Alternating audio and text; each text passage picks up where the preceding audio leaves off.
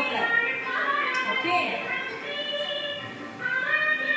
நீங்க என்ன தப்பு பண்ணீங்கன்னா எல்லாரும் கையை பிடிச்சிட்டு கைப்பிடி இப்படியே கை வச்சு இங்கதான் நிக்கணும். பெரிய ரவுண்ட் ஆக்கணுமே தவிர அப்படியே நிக்கணும். நீங்க என்ன தட்டி தட்டி தட்டி ரவுண்ட் பண்ணிட்டீங்க, இல்ல அங்க போயிட்டு அங்க இருந்து வர்றது கஷ்டம்.